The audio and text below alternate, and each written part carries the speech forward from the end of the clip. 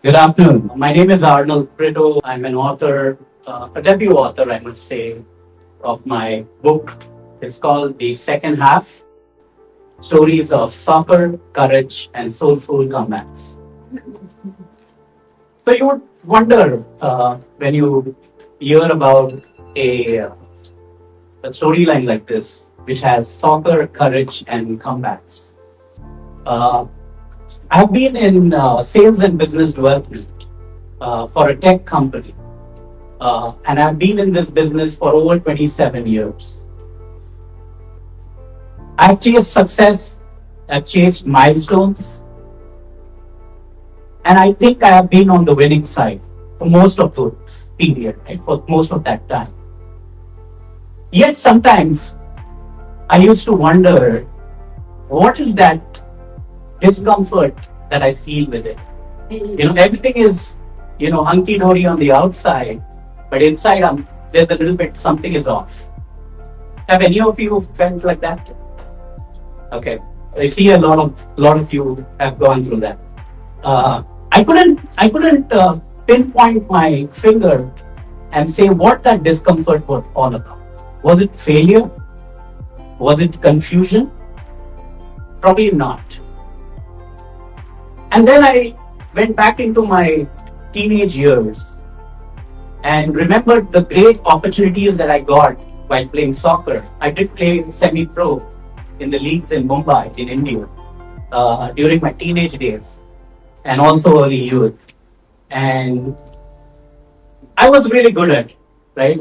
And I started looking for a metaphor for my own life, the setbacks, the adversities that I was facing through the lens of a universal game like soccer or football, as I used to call it. In my book, there is a chapter on a character by the name of Raj. Raj is very successful. He has this, great deal making capability. Uh, he chases success, has a corner office, all the great stuff that we all aspire, to be in our workplace. And yet, one day, he has a meeting with his, manager, and they tell him the dreaded six word, which is, you have been terminated. We are restructured. And Raj is like stunned. He's like, everything was going perfect. How did this happen? He loses his sense of direction. He loses his rhythm. And then he doesn't know what to do. Days go by. And then his friend, just invites him for a round of golf. Now, Raj used to be a soccer player just like me. But he said, hey, why not? Let me just go play a round of golf, see how it goes. Takes a swing, misses it. Takes another swing, even worse. His friend just looks at him, smiles at him, and says, hey, take a mulligan. No scoreboard, no pressure, no penalty, just play. And he connects the ball so well with the ball that soars into the evening sky on that golf course. And for the first time, Raj realizes something very powerful. Life does not bench you at times to punish you. It kind of benches you to save you. And that's exactly how I felt during my own journey. And I thought, I'll create like a storytelling format within my book, which will give people an ability to reframe their adversities and challenges. And they can look at life, career in a different manner.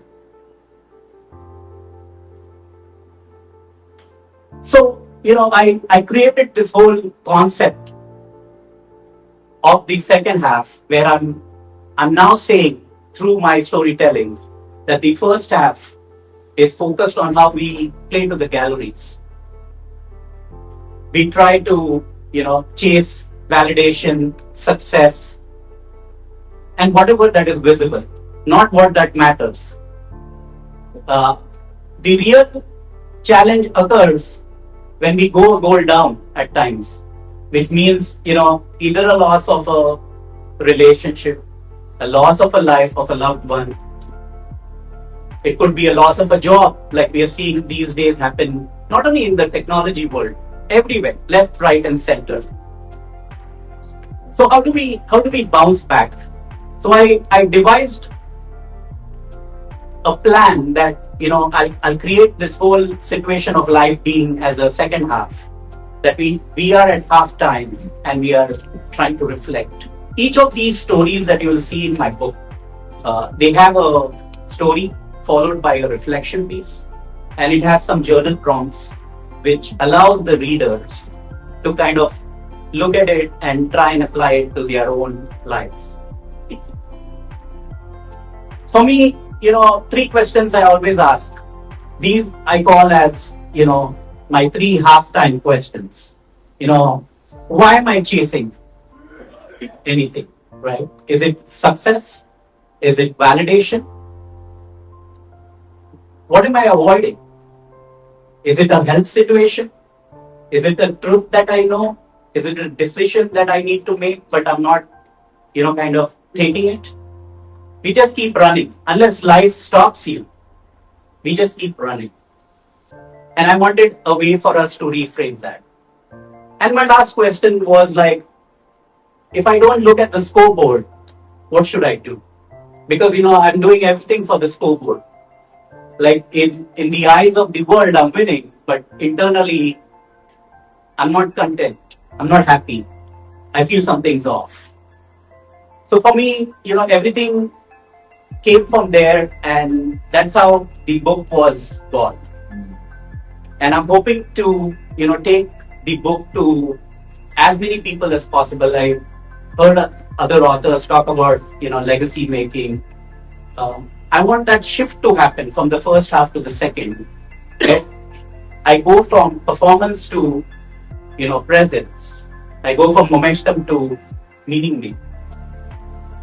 That's the endeavor I'm on. That's the journey I am on. I started it at the New Delhi World Book Fair, where over 2 million people, attended that conference.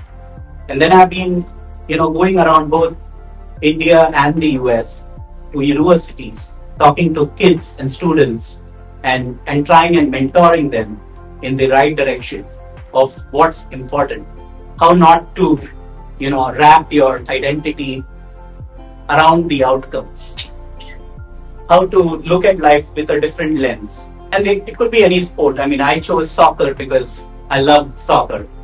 It could be anything that, drives you to move. Because, like I always like to tell everybody, like all my readers as well as, anybody that I come in touch with, our story is still being written. The whistle is not blown yet. And just maybe it's just half time. Thank you. Okay, thank you so much. Any questions? Yeah, we have a room for one question. Anybody got a question? Yeah, I have a couple of questions. Sure. Okay, we can only take one right now, I okay? got them. Okay. After reading your synopsis, you spent nearly 3 decades in corporate partnerships for studies to write. What was a specific moment or experience that made you realize that your second